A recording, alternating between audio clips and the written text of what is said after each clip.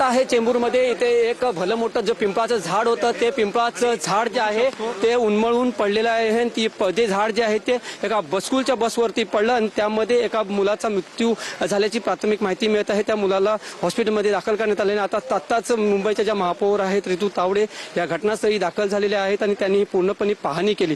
हे जे झाड होतं ते एकदम जुनं झाड होतं आणि या जुन्या झाडाची जी माहिती आहे हे जुनं झाड कोसळणार आहे याची सुद्धा तक्रार वारंवार करण्यात आली होती, मात्र त्याकडे दुर्लक्ष केल्याचा बोललं जात आहे। आता महापौर मॅडम असं म्हणाल्या की जर ह्या बाबत तक्रार असेल आणि जर कोण दोषी असेल त्याच्यावरती नक्कीच आम्ही कारवाई करू आणि जो मुलग्याचा आता जो मृत्यू झाला आहे त्या कुटुंबाचे आता ऋतू तावडे ह्या जे आहेत महापौर ह्या भेट घेणार आहेत। तुम्ही पाहू शकता हे झाड भलं मोठं झाड आहे आणि हे झाड एकदम रस्त्याच्या बाजूलाच होतं। तुम्ही पाहू शकता महानगरपालिका असेल किंवा अग्निशमन दलाचे जे जवान आहेत इथे दाखल झालेले आहेत। झाड येथे पूर्णपणे कट करण्यात आलेलं आहे, पण भलं मोठं जुनं झाड आहे। हा निष्काळजीपणाच म्हणावा लागेल, वारंवार तक्रार करून सुद्धा हे झाड का नाही हटवण्यात आलं हा खरा प्रश्न आहे। त्यामुळे हा प्रश्न जो आहे आता महापौर ऋतू तावडे यांना विचारण्यात आलं आहे। त्या स्वतः म्हणाल्या की हे ज्यांनी कोणी हे झाड हटवलं नसेल किंवा याची तक्रार जर आली होती तर याची पूर्णपणे चौकशी करून मी दोषी जे अधिकारी आहेत त्यांच्यावरती नक्कीच कारवाई करेन आणि ज्या मुलगा जो दुर्दैवी ह्यामध्ये मृत्युमुखी झाला आहे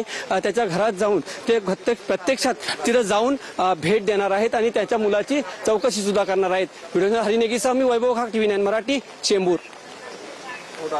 ऋतू तावडे या घटनास्थळी सध्या पोहोचलेल्या आहेत। संपूर्ण दुर्घटनेचा स्वतः आढावा घेणार असं त्या म्हणतात। संपूर्ण दुर्घटनास्थळाची सध्या त्या पाहणी देखील करतायत आणि पाहणी केल्यानंतर रुग्णालयात जाऊन जे जखमी विद्यार्थी आहेत त्यांची आणि त्यांच्या कुटुंबियांची देखील त्या भेट घेणार आहेत। झाड उन्मळून कसं पडलं याची माहिती जाणून घेणार असंही ऋतू तावडे यांनी म्हटलेलं आहे आणि जर यात अधिकाऱ्यांचा बेजबाबदारपणा समोर आला तर मात्र नक्की कारवाई होणार असा इशारा देखील त्यांनी दिलेला आहे। पुन्हा ही अशा प्रकारची दुर्घटना घडणार नाही यासाठी पालिका नक्की पूर्ण काळजी घेईल असं देखील ऋतू तावडेंनी म्हटलंय।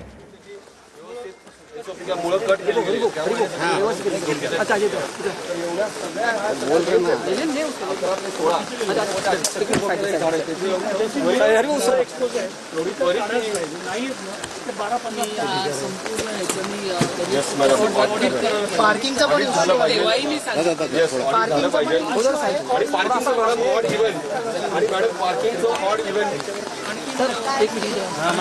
आपल्या सोबत काही रहिवासी आहेत, आपण त्यांच्याकडून जाणून घ्यायचा प्रयत्न करूया। माईक बंद, माईक त्या पार्किंगच्या बस एक गाडी पार्क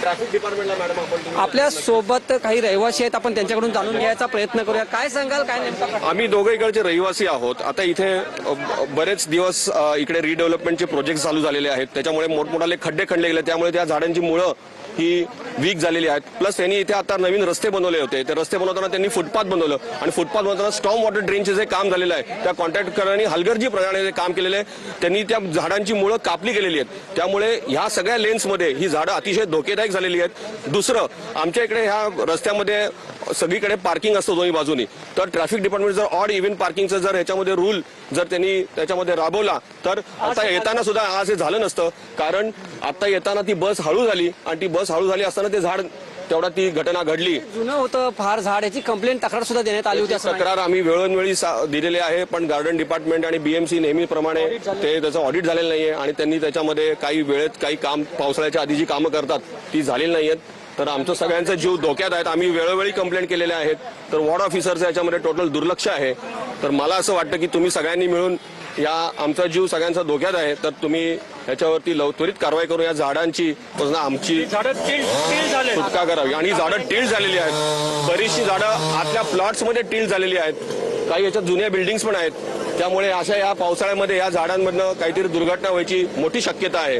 तर हे सगळं टाळण्यासाठी मला असं वाटतं प्रशासनाने आणि BMCनी लहान मुलं फिरत असतात, इकडनं एजेड लोक वॉक करत असतात या फुटपाथवरनं, तर सगळ्यांचा जीव धोक्यात आहे। तर ह्याच्यामध्ये हा त्वरित या कॉन्ट्रॅक्टरवरती पण कारवाई करावी आणि BMCनी ह्याच्यावरती लवकरात लवकर कारवाई करून या झाडांचं जे काय असेल त्याचं कटबीट करून आमचा जीव धोक्यात आहे, त्याला आम्हाला सगळ्यांना सेफ करावं एवढीच आमची विनंती आहे। रहिवासी आहेत, काय सांगाल काका, किती वाजताची घटना आहे आणि काय नेमका?